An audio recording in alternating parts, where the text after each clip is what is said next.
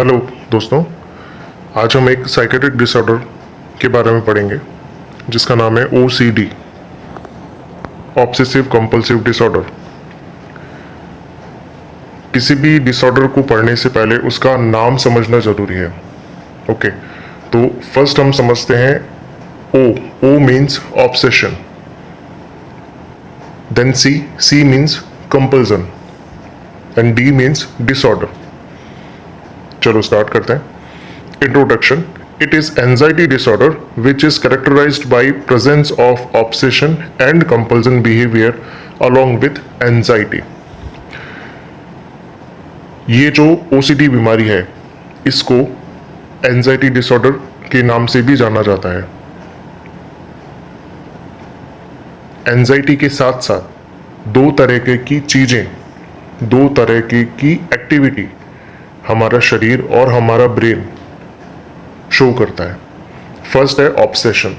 Obsession शब्द का मतलब होता है ऐसे विचार जो हमको बार बार आ रहे हैं, ऐसे विचार जो हम नहीं चाहते, ऐसे विचार जिनको हम स्टॉप करना चाहते हैं, बंद करना चाहते हैं, लेकिन वो बंद नहीं हो रहे हैं, जो हमको कंपल्सन करने के लिए मजबूर करते हैं। कंपल्सन एक मोटर एक्टिविटी है। उस ऑब्सेशन से क्रिएट एंजाइटी को, उस बार बार आए हुए विचार से पैदा हुई एंजाइटी को खत्म करने के लिए, उसको शांत करने के लिए या उसको नेग्लेक्ट करने के लिए जो हम एक्टिविटी अपने शरीर से करते हैं उसको हम बोलते हैं compulsion. The OCD is mix of fear, irritation, anger and frustration. जो OCD बीमारी है वो मिक्सअप है। किन किन चीजों का मिक्सअप है? पहला है डर, फियर, सेकेंड है इरिटेशन, थर्ड है एंगर एंड फोर्थ है फ्रस्ट्रेशन। चलिए बात करते हैं obsession. It is a sensory activity perform by the brain.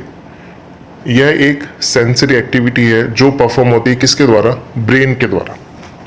अपने मस्तिष्क के द्वारा ये एक्टिविटी या वो विचार आना बार बार, उन विचारों की गति अत्यधिक होना, उसको क्या बोलते हैं? Obsession. It is recurrent persistence believes that's impulse and images that are impossible to be ignored by a person or individual। ऐसे बार बार रिकरेंट परसिस्टेंट थॉट्स आना, इम्पल्सेस और इमेजेस आना जिनको हम चाहते हुए भी या जिनको हम बंद करना चाहते हैं लेकिन उस विचार को हम छोड़ नहीं सकते, वो विचार नहीं चाहते हुए भी हमारे माइंड में बार बार आ रहा है, उसको क्या बोलते हैं? ऑब्सेशन बोलते हैं। अब इसको उदाहरण से और समझने की कोशिश करते हैं। फर्स्ट एग्जांपल है डर्ट एंड कंटामिनेशन। गंदगी और मिट्टी। गंदगी का विचार हमको बार बार आ रहा है। जैसे अभी कोरोना फैल रहा है, अगर हम बाहर से एक दूध की थैली भी लेकर के आते हैं या बाहर हमारे अखबार वाला अखबार डाल करके जाता है, तो हमारे फर्स्ट माइंड में विचार क्या आता है कि ये कंटामिनेट है, मतलब ये गंदा है, इसमें हो सकता है वायरस लगा हो, इसमें हो सकता है गंदगी लगी हो, तो क्यों ना हम इसको साफ करें, तो क्यों ना हम इसको अच्छे से साफ करके अपने उपयोग में लाएं। दूसरा है अग्रेशन। बहुत ज्यादा अग्रेसिव विचार आ रहा है अपने को। फॉर एग्जाम्पल कि मैं आज मेरे साथ मेरे दोस्त ने गलत किया तो मुझे उसको मारना है, मुझे उसको काटना है, मैं इससे बात नहीं करूंगा या मुझे भी उसका नुकसान करना है। ऐसा विचार बार बार आना, ऐसी थॉट्स बार बार आना जो हमारी माइंड को कंफ्यूज करती है या हमारी माइंड को इन्फ्लुएंस करती है किसी एक्ट को करने के लिए, किसी रिपीटेटिव एक्ट को करने के लिए। ऐसी थॉट्स को ऑब्सेशन बोलते हैं। नेक्स्ट है रिलीजियस थॉट्स। ऐसी रिलीजियस थॉट्स हमको बार बार आ रही है। फॉर एग्जाम्पल कि XYZ जो धर्म है उसमें ये चीज गलत है, XYZ जो धर्म है वो गलत है, XYZ जो धर्म है उसमें ये लोग गंदे हैं या हमारा धर्म अच्छा है।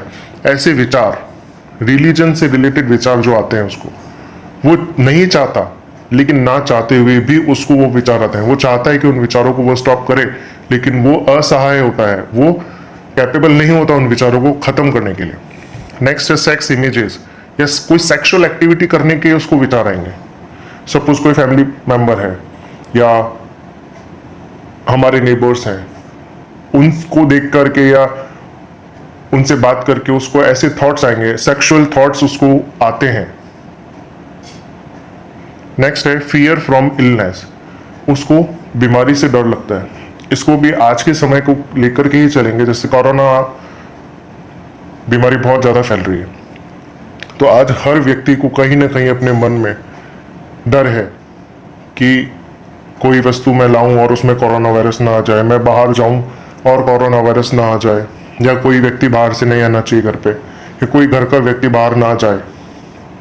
तो ये जो डर है, इसके वजह से जो उसको विचार आ रहे हैं और उन विचारों को कम करने के लिए जो वो एक्ट करता है, उस एक्ट का नाम दिया है कंपल्सन। और जो विचार बार बार आ रहे हैं उस विचारों को बोला है ऑब्सेशन। नेक्स्ट बात करते हैं कंपल्सन की। It is a motor activity perform by the brain. Obsession क्या था? सेंसरी एक्टिविटी थी। कंपल्सन क्या है? मोटर एक्टिविटी, या दूसरे शब्दों में ये भी कह सकते हैं ऑब्सेशन के द्वारा पैदा हुई एंजाइटी को खत्म करने के लिए जो एक्टिविटी शरीर करता है या जो मोटर एक्टिविटी करी जाती है उसको कंपल्सन बोलते हैं। Motor activity means muscle tone से रिलेटेड एक्टिविटी, मांसपेशियों द्वारा की गई क्रिया को अपन बोलते हैं motor activity. The compulsion are ritual और stereotype behaviour which a person can't resist. ऐसी एक्टिविटी जो पर्सन नहीं चाहता, लेकिन नहीं चाहते हुए भी ऐसा बिहेवियर वो शो करता है अपने एंजाइटी को स्टॉप करने के लिए, अपने एंजाइटी को कम करने के लिए, जो किससे क्रिएट हुई है? ऑब्सेशन से क्रिएट हुई है। इसके एग्जांपल को समझने की कोशिश करते हैं। पहला एग्जांपल इसका checking door and switches. Person या किसी इंडिविजुअल के मन में क्या विचार आया कि जो मैंने ताला लगाया है या जो मैंने स्विच बंद किया है वो बंद हुआ है या नहीं हुआ है। वो विचार उसको बार बार आता है, एक बार आता है, दो बार आता है, तीन बार आता है, चार बार आता है। उन विचारों की संख्या बढ़ती ही जाती है और उसका जो थॉट प्रोसेस है वो ब्लॉक हो जाता है, क्योंकि उसमें एक ही विचार बार बार आने से वो थॉट्स ब्लॉक हो गई हैं। जिस तरह से अगर गाड़ी हाईवे पे चल रही है और अगर हाईवे पे किसी ट्रक का एक्सीडेंट हो जाता है तो सड़क ब्लॉक हो जाती है, क्योंकि वहां पे एक्सीडेंट हुआ है, वहां के यातायात को रोक दिया जाता है। ठीक उसी प्रकार से ब्रेन में भी एक ही विचार बार बार आने पर ब्रेन का जो थॉट प्रोसेस है वो पूर्णतः बंद हो जाता है और केवल एक ही थॉट रहती है कि ताला ठीक से नहीं लगा है या स्विच बंद नहीं है, मुझे चेक करने जाना है। जो चेकिंग का जो एक्टिविटी है वो किसके द्वारा क्रिएट हो रही है? जो हमारा ऑब्सेशन आया, जो थॉट ब्लॉक हुई है कि ताला ढंग से नहीं लगा है, स्विच ढंग से बंद नहीं हुआ है, तो मुझे वापस से चेक करने जाना है। दूसरा है doing and undoing certain task. वो ऐसे कुछ टास्क करता है जो देखने वाले को गलत लगता है, उसको खुद को भी गलत लगता है, लेकिन वो उस टास्क को परफॉर्म करता है। फॉर एग्जाम्पल, अगर उसकी गाड़ी साफ है, जिस गाड़ी पे वो ऑफिस जा रहा है उसकी गाड़ी बिल्कुल नीट एंड क्लीन है, सामने वाले को दिख रहा है इसकी गाड़ी बिल्कुल साफ है, लेकिन वो फिर भी उस गाड़ी को साफ करेगा। क्यों? उसके दिमाग में ऐसा विचार है कि मेरी गाड़ी गंदी है। तो उस विचार को या उस एंजाइटी को खत्म करने के लिए वो क्या करेगा? कंपल्सिव एक्ट करेगा, रिपीटेटिव एक्ट करेगा।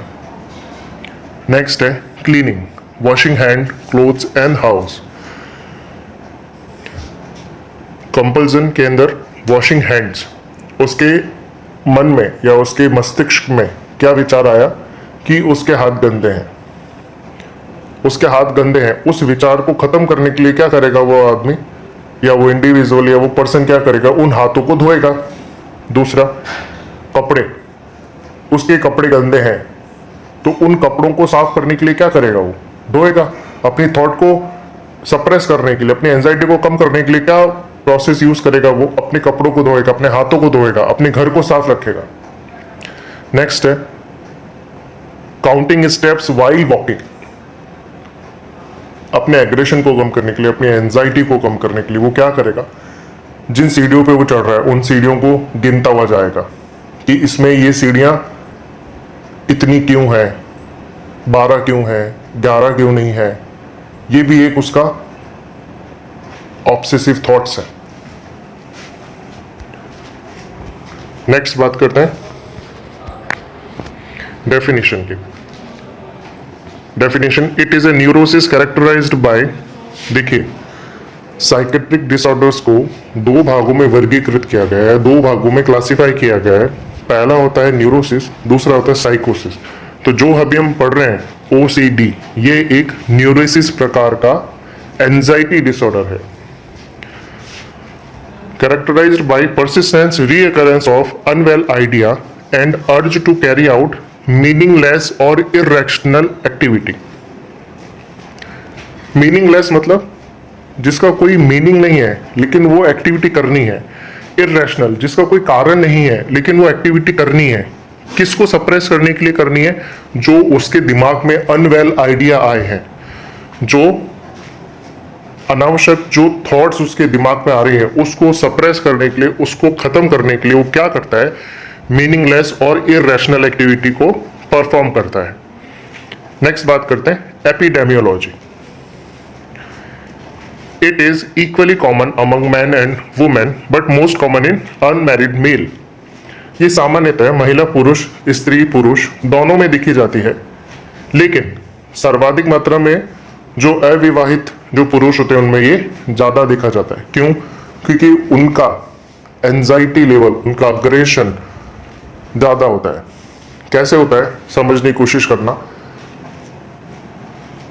जो अनमैरिड मैन होता है, या तो वो कहीं धोखा खाया होता है उसने, उसको जॉब सेटिस्फेक्शन नहीं होता है, उसकी लाइफ सेटल नहीं हुई है, उसका पेरेंट्स का सपोर्ट उसको नहीं है। इन सब सर्कमस्टेंसेस को देखते हुए ओसीडी के लक्षण उसमें ज़्यादा क्रिएट होते हैं। नेक्स्ट बात करते हैं 60 to 80% present in identical twins. 60 से 80% ओसीडी बीमारी को आइडेंटिकल ट्विंस में सर्वाधिक मात्रा में देखा गया है। नेक्स्ट बात करते हैं हाई इन एजुकेटेड पीपल। जो ज़्यादा पढ़े लिखे लोग हैं, जो ज़्यादा हाइजीन को मेंटेन करते हैं, जिनका थॉट प्रोसेस अनावश्यक रूप से सोचने का होता है, उनके अंदर, उन व्यक्तियों में ये ओसीडी बीमारी सर्वाधिक देखी गई है। या जिनकी लाइफ हाईली प्रोफाइल जो लोग होते हैं,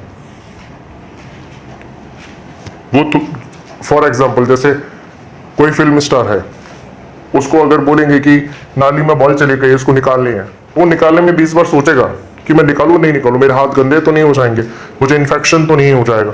लेकिन ठीक वही अगर हम और आपसे बात करी जाए कि क्रिकेट खेल रहे हैं, नाली में बॉल चली गई, निकाल के आनी है, खेलना है आगे, तो हम क्या करेंगे? फट से निकाल करके उसको धो करके उसको यूज ले लेंगे।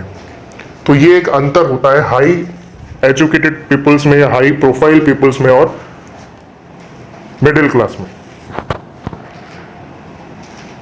नेक्स्ट बात करते हैं life time prevalence is 2 to 3%। पूरी जिंदगी भर में 2 से 3% लक्षण इसके ओसीडी के देखे जाते हैं प्रत्येक के जीवन में। नेक्स्ट है most common in post psychiatric problem like phobia और सब्सटेंस अब्यूज डिसऑर्डर एक्सेट्रा। सर्वाधिक जो ओसीडी बीमारी है ये पोस्ट साइकेट्रिक प्रॉब्लम, मतलब जो व्यक्ति साइकेट्रिक इलनेस से ओवरकम हो गया है, उन व्यक्तियों के अंदर भी ओसीडी देखा गया है। ऐसी बीमारी कौन कौन सी है? फोबिया, या तो उससे किसी चीज से डर लगता हो। दूसरा सब्सटेंस अब्यूज डिसऑर्डर, किसी सब्सटेंस का यूज करता हो, उस बीमारी का उसने ट्रीटमेंट लिया है, रिहेबिलिटेशन सेंटर में उसने ट्रीटमेंट लिया है, उसके रिकवर होने के बाद उसमें ओसीडी के सिम्टम्स देखे जा सकते हैं। अब बात करते हैं ओसीडी साइकिल के, obsessive compulsive disorder cycle. Cycle से रिलेटेड एक बात करता हूं। साइकिल मतलब चक्र। जब तक चक्र पूरा नहीं हो जाता, जब तक गाड़ी आगे नहीं बढ़ती, जब तक पहिया पूरा नहीं घूमता, अगर साइकिल का एक पहिया है, उसको आपने बीच में से तोड़ दिया, बीच में से आधा पहिया गायब कर दिया, आधा चक्र गायब कर दिया, तो क्या साइकिल आगे बढ़ पाएगी? नहीं बढ़ सकती।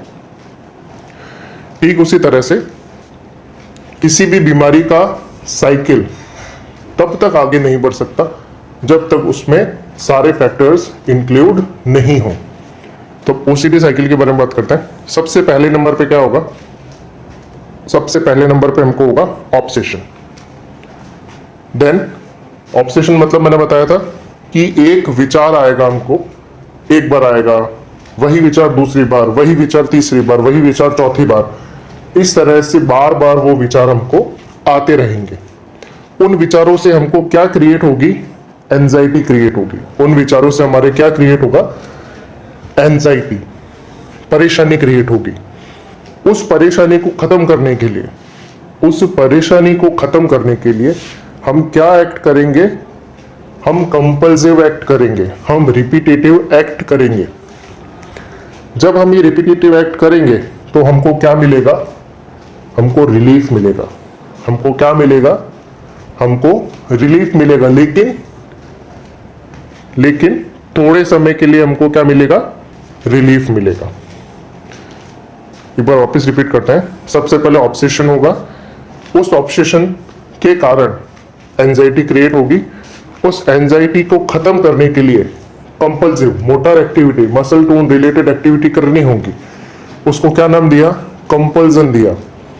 जब हम वो कंपल्सन करेंगे तो थोड़े समय के लिए हमको शांति मिलेगी। फॉर एग्जाम्पल, एक एग्जाम्पल से समझते हैं। हमने ताला लगा करके हम अपने फ्रेंड के साथ बाजार में खरीदारी करने गए। जब हम बाजार पहुंचे तो हमारे मन में विचार आया कि जो मैंने ताला लगाया था कहीं वो बंद हुआ या नहीं हुआ, वो प्रॉपर्ली बंद था या नहीं था। अगर नहीं था और पीछे से चोरी हो गई तो दिक्कत हो जाएगी। मेरे घर पे कैश रखा है या मेरे घर पे सोना रखा है। तो हम क्या कर रहे हैं? विचार कर रहे हैं। एक बार विचार किया, ठीक है, दूसरी बार किया, ठीक है।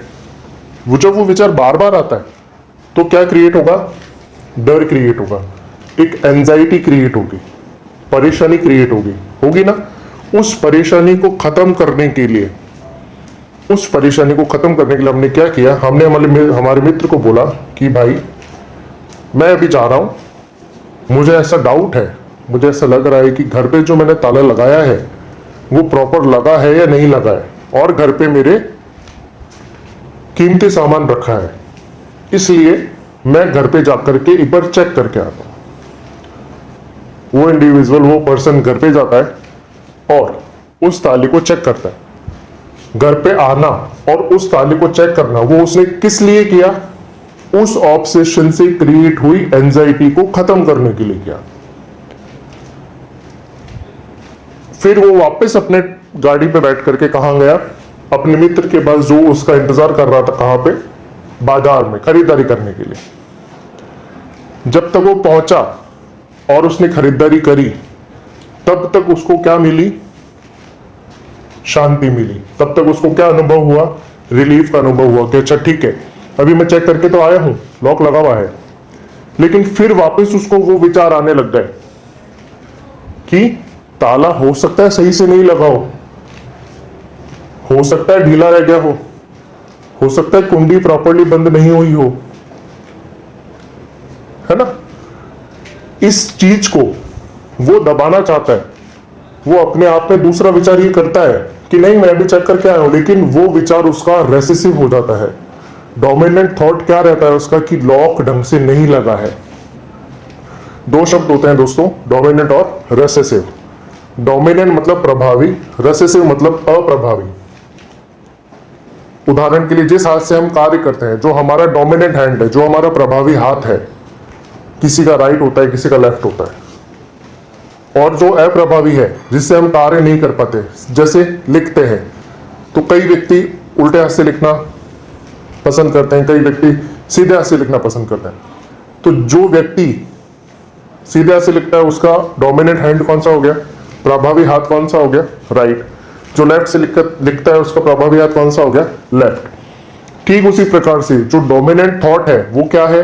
कि लॉक नहीं लगा है, जाकर के चेक करो भाई। रेसेसिव थॉट क्या थी कि नहीं, अभी तो चेक करके आया हूं, लेकिन डोमिनेंट थॉट प्रभावी होने के कारण वो बार बार आती है, उस पे उसका कंट्रोल नहीं रहता इंडिविजुअल का।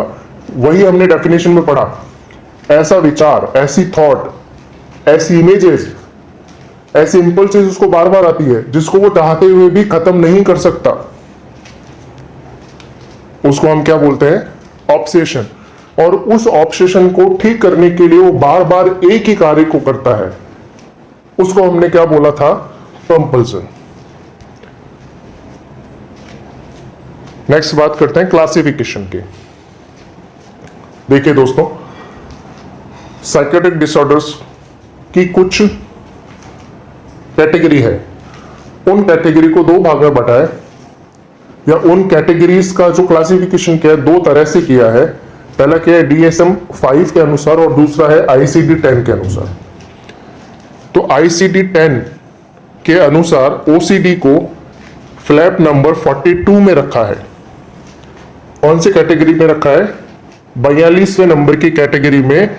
अगर हम ढूंढेंगे तो हमको क्या बीमारी मिलेगी, OCD, ऑब्सेसिव कंपल्सिव डिसऑर्डर के बारे में हमको पूरी जानकारी मिलेगी। जिस तरह से हमारा इंडेक्स होता है, उस तरह से एक इंडेक्स साइकेट्रिक बीमारी का बना दिया गया, साइकेट्रिक डिसऑर्डर्स का बना दिया गया कि इस ABCDEFGHIJKLMN इनके अंदर ये बीमारी मिलेगी। ठीक उसी प्रकार से ICD-10 में F42वें फ्लैप में कौन सी बीमारी मिलेगी हमको, OCD, ऑब्सेसिव कंपल्सिव डिसऑर्डर।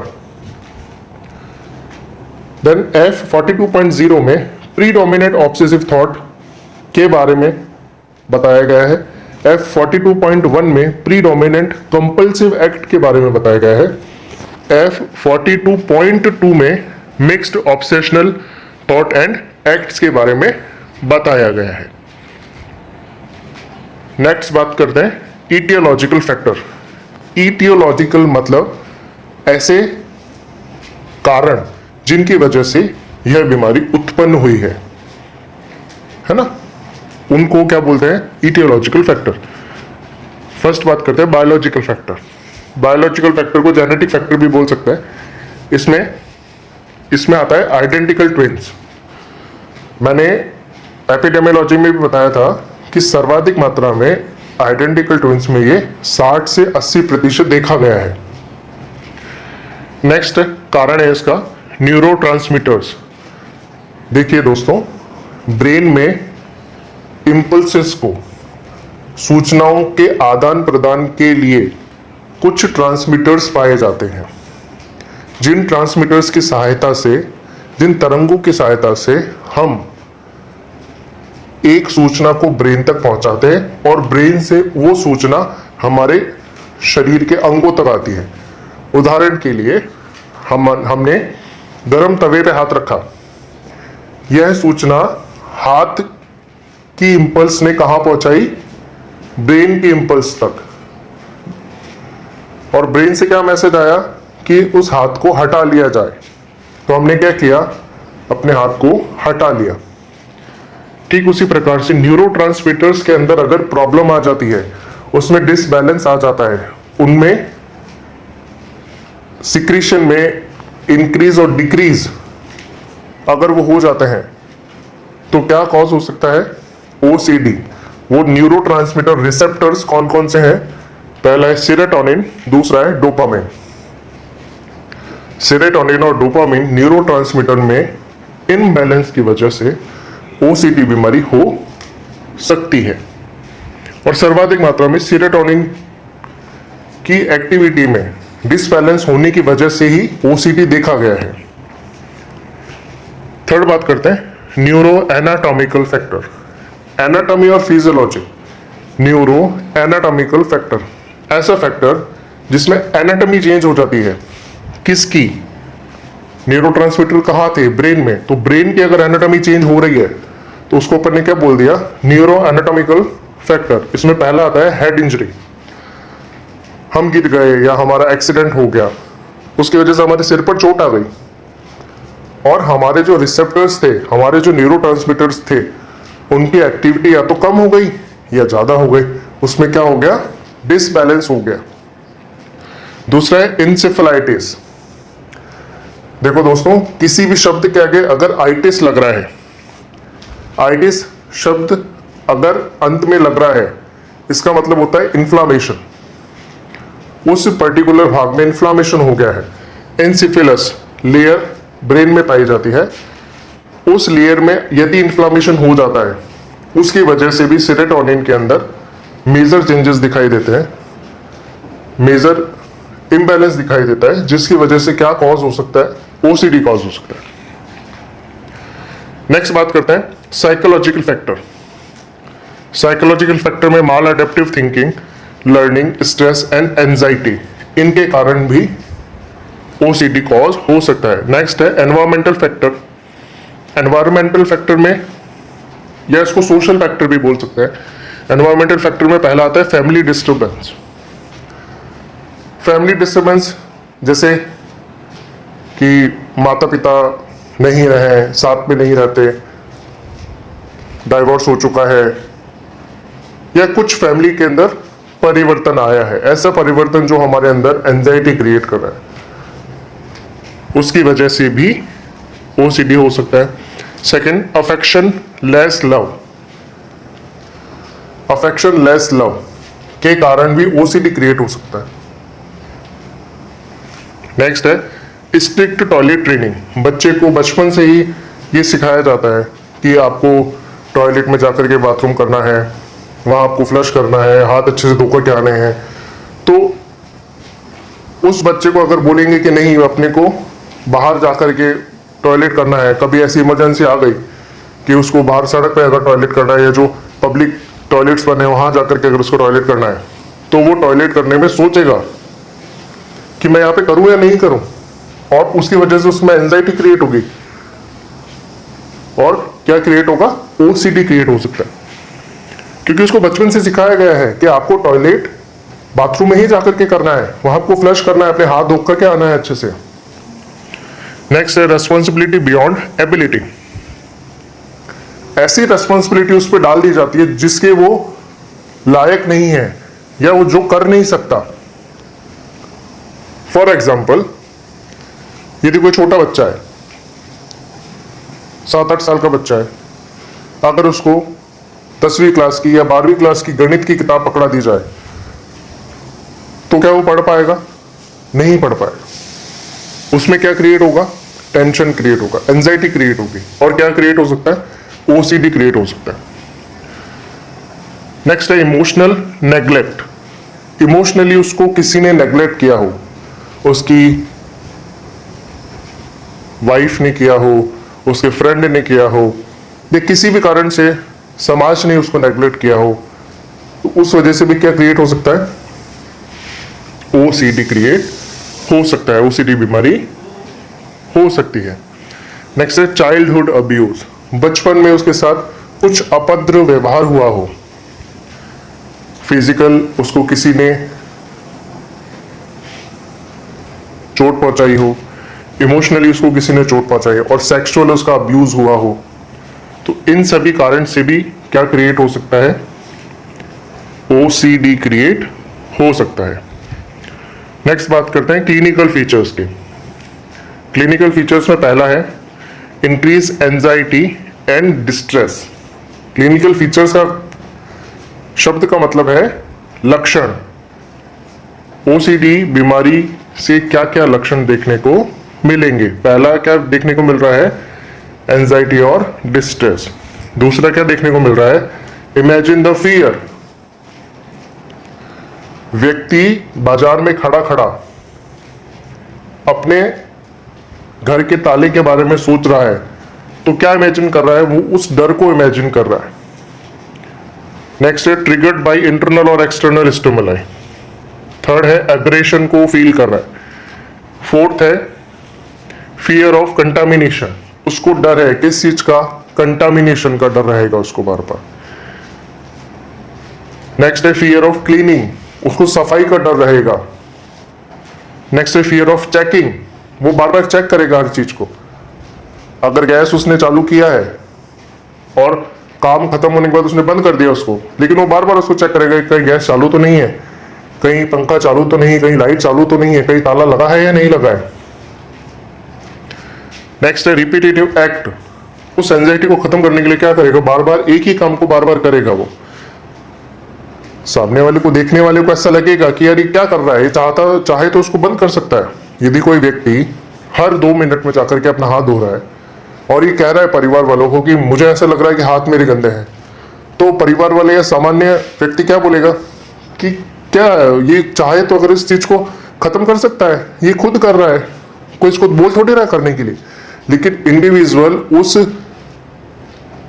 चीज को करना नहीं चाहता लेकिन करता है। ये बात सामान्य व्यक्ति को समझ में नहीं आती, क्योंकि उसके न्यूरोट्रांसमीटर्स के अंदर क्या आ गई है, डिसबैलेंस आ गया है, चेंजेस आ गए हैं।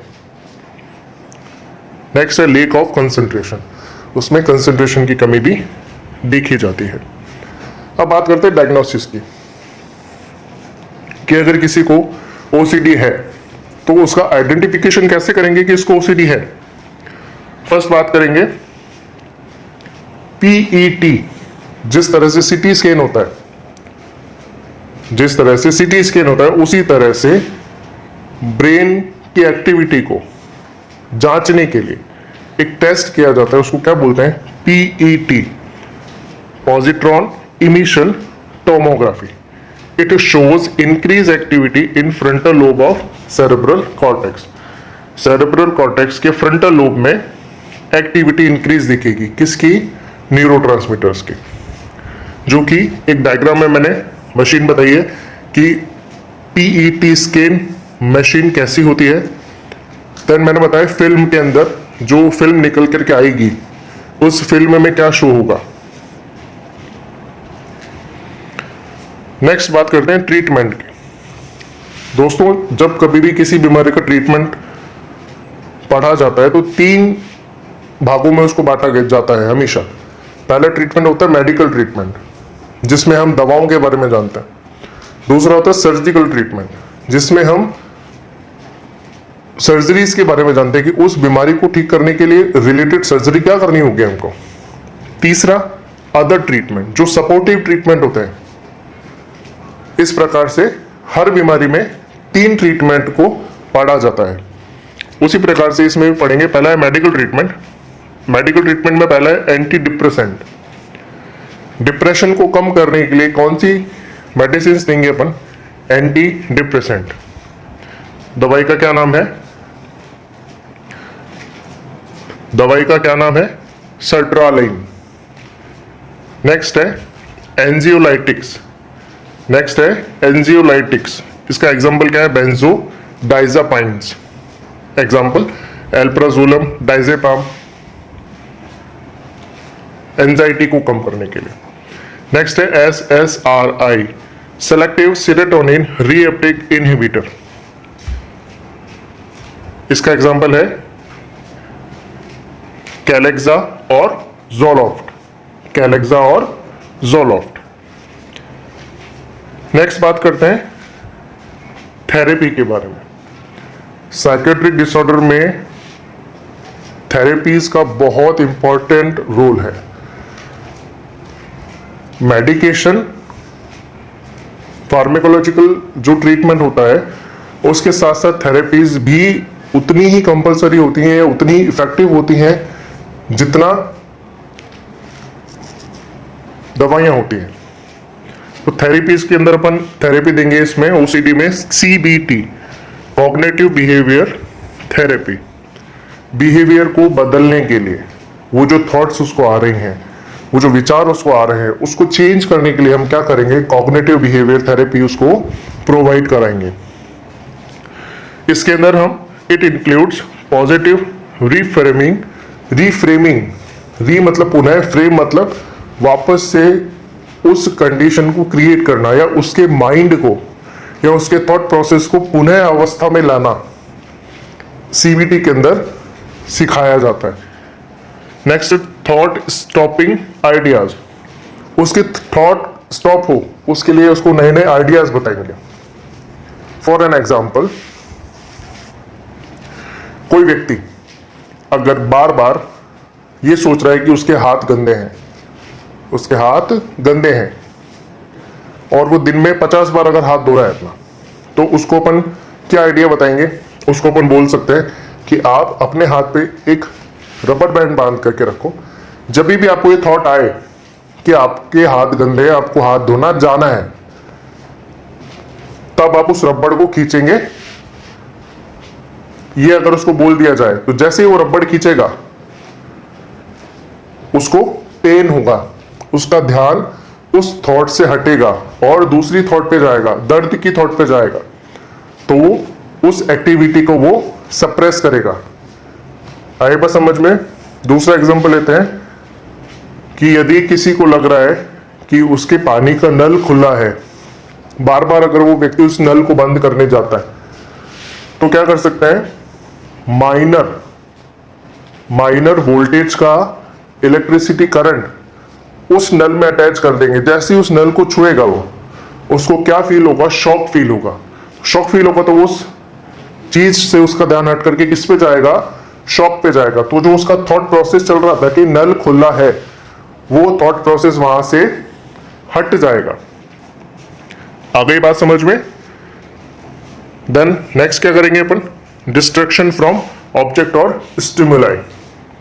ये तीनों चीजें करेंगे तो क्या मिलेगा अपने को? एक डिस्ट्रैक्शन मिलेगा उस स्टिमुलाई से, उस वस्तु से, उस जगह से, उस चीज से जो क्या क्रिएट कर रही है?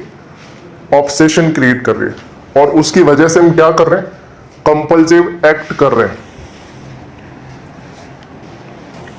नेक्स्ट बात करते हैं अदर ट्रीटमेंट की। अदर ट्रीटमेंट में हम क्या दे सकते हैं उसको? ECT, electroconvulsive therapy. Electroconvulsive therapy अपन उसको दे सकते हैं। ये हमेशा मेडिकल सुपरविजन में ही दी जाती है। नेक्स्ट है साइको सर्जरी। सर्जिकल इंटरवेंशन में या सर्जिकल ट्रीटमेंट में हम क्या देखेंगे? Psycho surgery. उस पर्टिकुलर पार्ट को या ब्रेन के उस पार्ट को जहां एक्टिविटी ज्यादा है उसको रिकंस्ट्रक्ट कर सकते हैं सर्जरी करके। उस सर्जरी को क्या नाम दिया हमने? Psycho surgery. सो वापस एक बार शॉर्ट में रिपीट करते हैं। आज हमने साइकेट्रिक डिसऑर्डर पढ़ा, जो न्यूरोसिस प्रकार का एंजाइटी डिसऑर्डर है, जिसमें दो चीजें मुख्यतः देखी जाती हैं। पहला देखा जाता है ऑब्सेशन, दूसरा देखा जाता है कंपल्सन। ऑब्सेशन एक सेंस से रिलेटेड एक्टिविटी है जिसमें एक विचार बार बार हमको आता है। दूसरा कंपल्सन एक मोटार से रिलेटेड एक्टिविटी, मसल टोन से रिलेटेड एक्टिविटी, जिसके अंदर उस विचार से उत्पन्न हुई एंजाइटी को खत्म करने के लिए हम एक्ट करते हैं, कंपल्सिव एक्ट करते हैं, रिपीटेटिव एक्ट करते हैं। कारण में हमने पढ़ा था आइडेंटिकल ट्विंस में सबसे ज्यादा देखने को मिलता है ये। न्यूरोट्रांसमीटर में डिसबैलेंस की वजह से देखने को मिलता है। कौन सा न्यूरोट्रांसमीटर था? सेरोटोनिन। लक्षणों की बात करते हैं, एंजाइटी, अग्रेशन, ये सभी देखने को मिलेगा। एपिडेमियोलॉजी की बात करते हैं, 60 to 80% आइडेंटिकल ट्विंस में देखने को मिलता है। मैन और वुमेन दोनों में कॉमनली होता है, दोनों में सामान्यतः देखने को मिलता है। डायग्नोसिस की बात करेंगे, डायग्नोसिस किस तरह से करेंगे? तो डायग्नोसिस के लिए PET, पॉजिट्रॉन इमिशन टेस्ट या पॉजिट्रॉन इमिशन टोमोग्राफी करके हम ब्रेन की एक्टिविटी को जांच सकते हैं। हाइपर एक्टिविटी है, उसका ट्रीटमेंट उसकी तरह से देंगे। देन ट्रीटमेंट की बात करते हैं, मेडिकल ट्रीटमेंट में एंटी डिप्रेसेंट देंगे, एंजियोलाइटिक्स देंगे, ऐसे सारा ही देंगे। Selective serotonin reuptake inhibitor. Therapies में CBT देंगे, कॉग्निटिव बिहेवियर थेरेपी। नेक्स्ट आता है अदर ट्रीटमेंट के अंदर अपन ईसीटी दे सकते हैं और सर्जरी के अंदर अपन साइको सर्जरी करेंगे। Thank you so much.